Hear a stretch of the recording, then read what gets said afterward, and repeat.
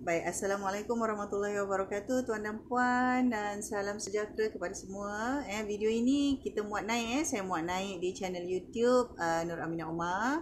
Kepada tuan dan puan yang pertama kali menonton video ini, nama saya Nur Aminah Umar. Saya merupakan seorang business advisor dan saya ada bekerjasama dan menerima jemputan-jemputan untuk mengadakan program untuk usahawan terutama dalam kategori SME. Jadi dalam siri video kali ini tuan dan puan, kita akan bercakap tentang kita sambung lagi satu perbincangan tentang konteks pengurusan syarikat Sdn Bhd dan juga PLT, dan kali ini kita bercakap tentang pemegang saham. Pemegang saham, kalau dalam syarikat Sdn Bhd lebih dikenali sebagai pemegang saham iaitu shareholders, ataupun dalam syarikat PLT lebih dikenali sebagai pekongsi ataupun partners.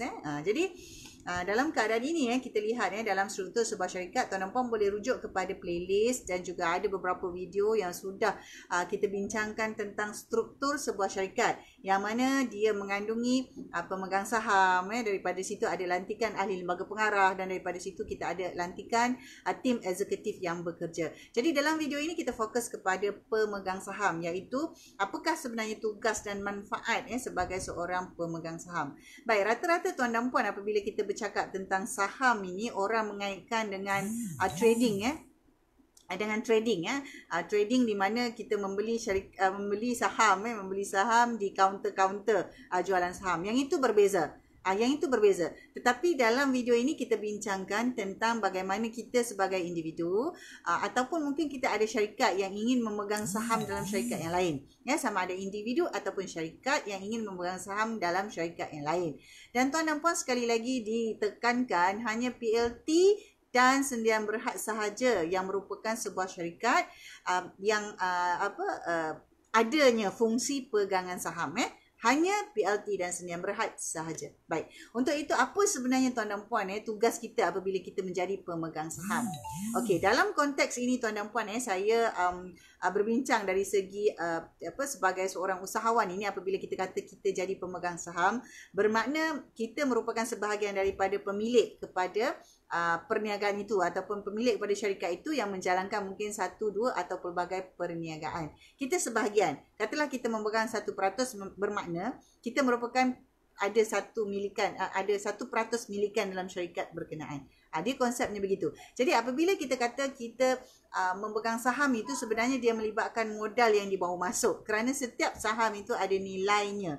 Jadi dia ada terbitan-terbitan unit-unit saham dalam syarikat. Yang itu tuan dan puan perlu rujuk direct kepada accountant ataupun kepada CEO syarikat syarikat nak membeli saham syarikat berkenaan. Mereka akan beritahu ataupun ada perbincangan lanjut bagaimana kita hendak membeli saham ataupun memegang saham dalam syarikat-syarikat SME. Tetapi apa yang saya lihat di sini adalah dalam konteks kita yang katalah kita ada duit dan kita hendak menyokong kepada perkembangan industri SME di Malaysia. Jadi kita biasanya akan cari mana-mana syarikat yang berpotensi untuk kita jadi pemegang saham, yang mana kita beli saham. Maksudnya kita ada satu jumlah wang sebagai modal untuk diberikan kepada syarikat itu dan digunakan untuk syarikat itu menjalankan perniagaan. Jadi pemegang saham ni pula ada juga dalam dua situasi. Satu adalah saham yang diberi sebagai hadiah. Yang itu mesti ada satu documentation ataupun ada satu dokumentasi yang dikeluarkan oleh setiausaha syarikat yang menyatakan bahawa pegangan saham itu sah bagaimana apa semua. Jadi tuan dan puan perlu semak. Yang ini konteks kali ini adalah ada satu lagi perbincangannya adalah di mana apabila kita membawa modal untuk digunakan bagi menjalankan aktiviti-aktiviti perniagaan dalam syarikat. Itu antara tugas pemegang saham. Kecuali kalau saham itu diberi sebagai hadiah lain, dia ada satu dokumentasi lain yang perlu disediakan. Tetapi pada kebanyakan masa seorang pemegang saham ini tuan dan puan merupakan individu ataupun syarikat yang membawa masuk modal ke dalam satu syarikat itu untuk digunakan sebagai aktiviti perniagaan mereka, menjalankan aktiviti-aktiviti perniagaan mereka. Kedua, apabila kita menjadi pemegang saham, sebenarnya tuan dan puan kita akan menerima panggilan-panggilan mesyuarat. Kebiasaannya setahun sekali saja. Dan memandangkan dengan Akta Syarikat 2012, ada setengah syarikat yang hanya menghantar ataupun membuat edaran bertulis sekiranya ada keperluan yang perlu dimuktamadkan oleh semua, maksudnya perlu mendapat persetujuan majoriti daripada pemegang saham, ada kalanya mereka boleh juga untuk buat bahan edaran secara bertulis dan kita perlu respon. Jadi sama ada dipanggil untuk mesyuarat tahunan, mesyuarat pemegang saham syarikat, ataupun ada kita terima circular ataupun informasi dalam bentuk bertulis untuk kita buat sama ada pengesahan ataupun persetujuan, ya. Itu juga antara tugas kita sebagai pemegang saham. Baik. Seterusnya tuan dan puan, apakah yang menarik adalah kita sebenarnya setiap tahun layak menerima dividen apabila syarikat itu membuat keuntungan. Jadi setahun sekali mesti sebuah syarikat mesti mengeluarkan satu laporan tahunan yang melaporkan keuntungan dan kerugian syarikat. Sekiranya rugi, memanglah sudah tentu tidak ada sebarang dividen yang diisytiharkan. Tapi laporan yang menyatakan rugi itu pun perlu dihantar, perlu dikeluarkan. Jadi katalah kalau syarikat untung sekalipun, tidak semestinya perlu membayar dividen, bergantung kepada apa yang dibincangkan, yang dipersetujui di peringkat ahli lembaga pengarah syarikat. Kerana apa tuan dan puan, ini adalah di bawah bidang kuasa ahli lembaga pengarah syarikat untuk bersetuju dan menetapkan porsi dividen yang dibayar kepada pemegang saham sekiranya syarikat ada keuntungan. Saya ingin merujuk kepada pengalaman saya dari tempoh 2013 sehingga 2018. Sebenarnya saya berpeluang bekerja dan pada masa yang sama memegang saham dalam kumpulan syarikat, dalam kumpulan syarikat. Jadi dalam pengalaman itu sebenarnya ada banyak selok-belok apabila kita menjadi seorang CEO sebuah syarikat. Ada banyak selok-belok dan perkara-perkara yang kita perlu lakukan, terutamanya apabila kita perlu sebagai CEO syarikat perlu membentangkan maklumat-maklumat kepada semua ahli lembaga pengarah. Jadi maklumat-maklumat prestasi syarikat sama ada dari segi keuangan yang terutama sekali sebenarnya perlu melalui seorang CEO itu kena sediakan semua tu, dan kemudian dalam laporan yang dibentangkan di mesyuarat BOD itu, mesyuarat ahli lembaga pengarah itu, barulah ada keputusan-keputusan. CEO perlu mengumpulkan proposal, katalah tahun ini kita akan ada keuntungan tetapi kita tidak cadangkan sebarang dividen kerana 1, 2, 3, 4, 5. Jadi kena ada satu lagi presentation ataupun pembentangan kepada ahli lembaga pengarah untuk mendapat persetujuan sama ada porsi yang mesti dibayar sebagai dividen kepada pemegang saham ataupun tidak ada langsung. Jadi itu juga satu cabaran sebagai seorang CEO. Berbanding dengan syarikat korporat, sebenarnya sekiranya syarikat SME itu kita bangunkan, kita sendiri sebagai CEO-nya, adalah menjadi satu perkara yang baik dan bagus untuk kita praktiskan. Adanya ahli lembaga pengarah dan jadi sebagai CEO kita perlu buat persediaan untuk katalah akaun ditutup pada tahun 2019, jadi nak ada dividen ke tidak, maka akaun yang dah siap tu, laporan-laporan disediakan, maka kita sediakan satu perancangan untuk syarikat pada tahun seterusnya iaitu tahun 2020. Adakah dividen ini tak boleh dibayar kerana keuntungan itu perlu dibuat, dijadikan sebagai injection sebagai working capital baru ke dalam syarikat, adakah dia berbentuk begitu. Jadi sekiranya begitu, apakah nilai saham setiap pemegang saham akan naik. Jadi semua-semua ni akan orang kata ada perbincangan yang biasanya CEO akan perlu bentangkan di hadapan semua ahli lembaga pengarah dan mendapat persetujuan secara konsensus. Sama ada betul tak payah ada dengan keadaan sekarang kita fokus situasi macam mana apa-apa tu, dengan keadaan sekarang ada perkara-perkara sama ada tak perlu bayar dividen ataupun perlu bayar dividen atas sebab-sebab tertentu lah, sebab kena jaga juga stakeholdernya tu tadi. Shareholder itu adalah sebagai salah satu stakeholder dalam bisnes kita, jadi antaranya kena jaga juga. Jadi tak semestinya syarikat untung kita ada dividen, tak semestinya. Okey, kalau ada dividen ke tak ada dividen sekalipun mesti ada satu laporan untung rugi syarikat pada tahun itu. Performance report of the company for the year. Okey. Jadi katakanlah dalam satu situasi tuan dan puan di mana syarikat bersetuju bayar dividen.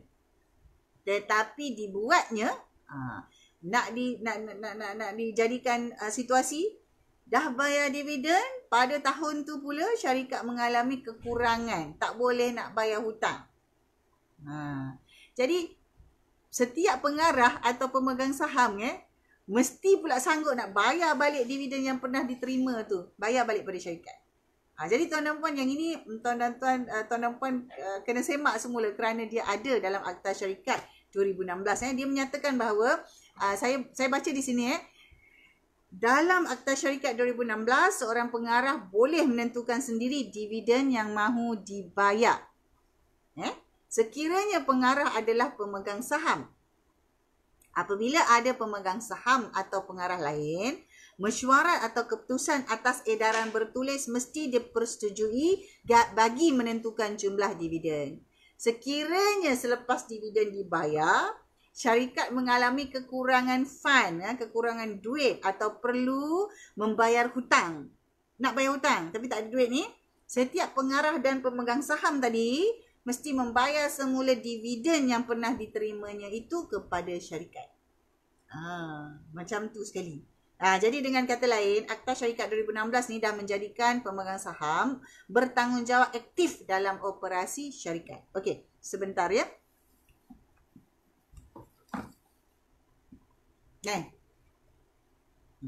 Maklumat ini sebenarnya boleh dirujuk direct daripada mana-mana sumber sumber rujukan dalam menguruskan syarikat Sdn Bhd. Tetapi sebagai usahawan sebagai business owner tuan dan puan, kita perlu tahu. Jadi apabila kita ni merancang untuk syarikat kita dikembangkan, nak bawa pemegang saham luar masuk, katalah kita nak terbitkan unit-unit saham dan kita nak jual, perkara ni semua kita kena tahu. Jadi asasnya kita tahu. Kalau macam macam mana nak buat, okey, kita rujuk company secretary. Macam mana nak kira, okey, kita rujuk accountant. Apa kesan dalam tax apa semua, kita rujuk bahagian-bahagian yang berkenaan. Tetapi konsep asasnya itu kita mesti faham, kita mesti tahu sebagai seorang business owner. Apatah lagi sekiranya tuan dan puan menjadi CEO dalam sebuah syarikat. Tidak kira sama ada CEO, kerana bila SME ni biasanya CEO ni kita lantik dan banyak perkara-perkara kita gunakan dengan cara dan sistem kita sendiri, versi kita sendiri. Tetapi sebenarnya dia memberi impak kepada perkembangan syarikat kita itu kelak.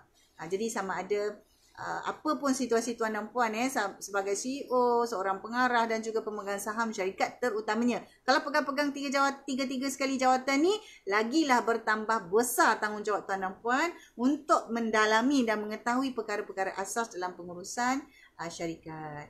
Jadi secara amnya kita boleh buat satu summary di mana pemegang saham adalah orang-orang yang membawa masuk modal kepada syarikat untuk dijalankan. Manakala ahli lembaga pengarah pula setiap tahun, biasanya setiap kuarter mesti ada mesyuarat, dan mesyuarat ahli lembaga pengarah. Mesyuarat ahli lembaga pengarah ni setiap kuarter biasanya akan ada, dan BOD atau ALP ni akan bermesyuarat dan akan dengar beberapa pembentangan, orang kata progress update daripada CEO syarikat. Jadi update ni dalam semua kategori lah, semua aspek lah. Ikut finance, operasi, perkembangan sistem-sistem talent management. Jadi apa-apa itu biasanya CEO akan bagi update kepada ahli lembaga pengarah. Dan setahun sekali ahli lembaga pengarah juga akan menerima laporan khusus bagi membincangkan, membuat persetujuan berdasarkan prestasi syarikat itu tadi, sama ada boleh diluluskan adanya pembayaran dividen kepada pemegang saham ataupun tidak. Jadi ini antara orang kata kaitan di antara the C-suite, iaitu CEO itu sendiri, kepada ALP, ahli lembaga pengarah dan juga pemegang saham. Jadi dalam video ini saya dah bincangkan tuan dan puan secara ringkas sebenarnya dan agak komprehensif, memadai sebab kita sebagai usahawan memadai kita faham perkara ni. Macam mana nak buat, kita rujuk kepada individu-individu ataupun firma-firma yang memang menjalankan servis itu, seperti company secretary, accountant, tax agent dan seumpamanya. Kita kena rujuk dengan mereka. Tetapi kita ingat sekali lagi, sebagai CEO, sebagai business owner, kita mesti ada satu kefahaman ni.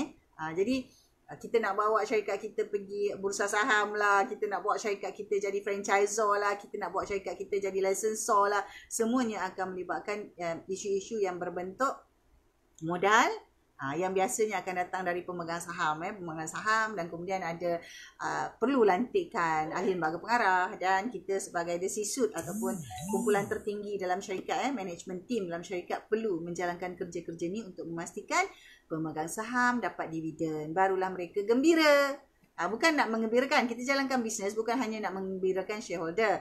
Tetapi apabila bisnes kita itu bagus, bermakna kita boleh memberi manfaat kepada semua bahagian. Maksudnya pekerja kita dapat manfaat, kita pun dapat manfaat, ahli lembaga pengarah dapat manfaat, shareholder pun dapat manfaat, semua dapat manfaat. Supplier, pelanggan semua dapat manfaat. Jadi dia begitu. Okey, jadi dalam video ini saya sudah bincangkan sedikit tentang pemegang saham ni tadi. Dia boleh jadi individu, boleh jadi syarikat. Kalau syarikat tu pegang saham dalam syarikat kita pula, kalau dia majoriti, kita dah jadi anak syarikat. Itu cerita lain. Okey, jadi setakat ini saja dalam video ini kita bercakap tentang pemegang saham. Kita akan bincangkan dalam video lain lagi apabila kita bercakap tentang konteks yang berbeza. Bagaimana sekiranya ada syarikat lain yang pegang saham yang besar dalam syarikat kita macam mana. Yang itu perbincangan lain.